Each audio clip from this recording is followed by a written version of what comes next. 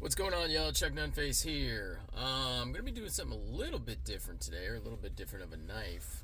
I've got a fixed blade, and it's actually not just any fixed blade.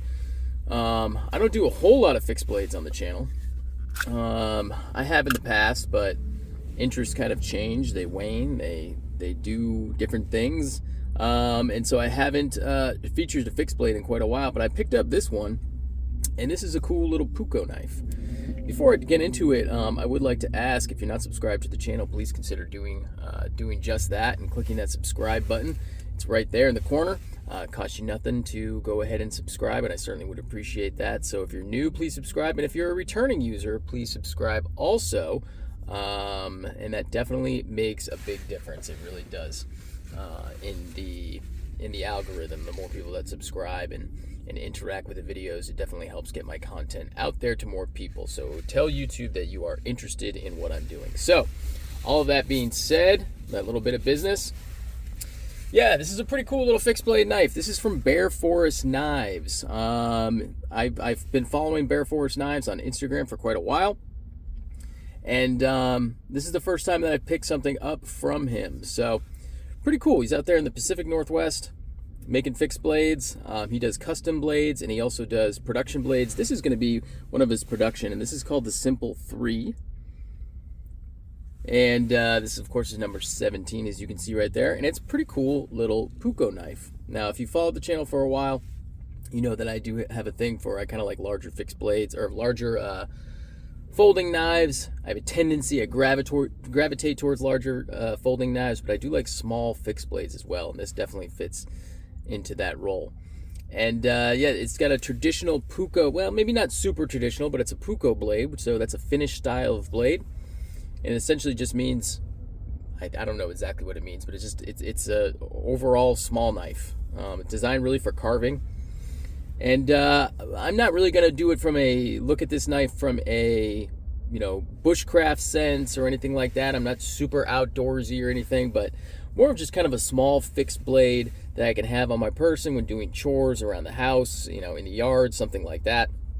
Or, even carry it as a pocket style fixed blade too. So we'll kind of get into some of the specs here. It is 80, shoot, I forget the type of steel. I'll put the steel in the comments, but I think it's like 8690 or 8960, something like that. The steel was originally, it's used in saw blades, like large industrial saw blades. And so it is not, a super high alloy steel or anything like that. It's just a high carbon steel. And I'm sure it will take on, in fact, I'm positive it'll take on patina. It has no corrosion resistance properties or anything like that. And then it's got this black burlap micarta handle with some brass pins from the looks of it, and lanyard hole drilled right there too. Interestingly enough, it also does have a 90-degree spine, so if you've got a ferro rod, it's going to be good at scraping a ferro rod. I have not tested that yet.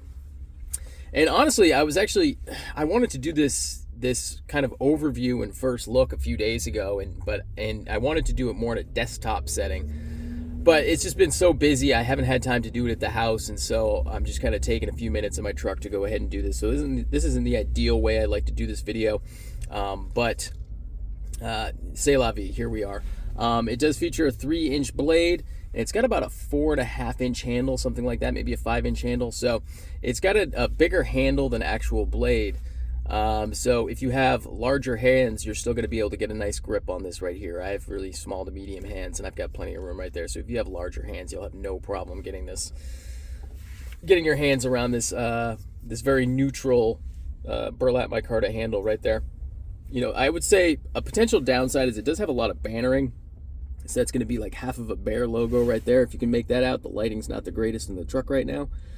That's going to have a Bear logo right there, and then a big Simple 3, and then the model, the production number on it, number 17. Nice Scandi grind on there, so that's going to be good at cutting deep into wood if that's what you want to do. Now that's not necessarily what I'm going to be doing with it all the time. I might be. I do want to try EDCing this and maybe like a pocket sheath, so we'll kind of see how that goes. The sheath that it came with could definitely be used, but if I reconfigure this clip as a pocket clip, that could be dropped down, and it's got a nice spring steel clip right there. and so that could definitely be used as a pocket sheath.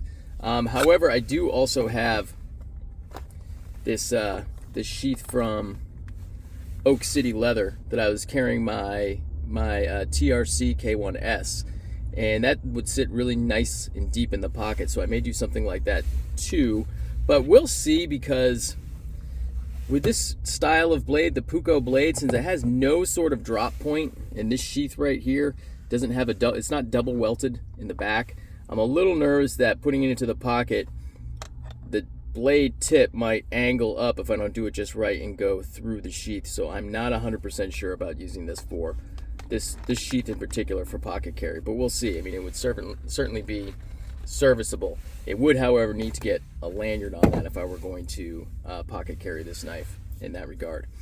Nice blade stock. That was one of the things that really attracted me to this. It's got 0.09, so basically 3/32 of an inch on the blade stock.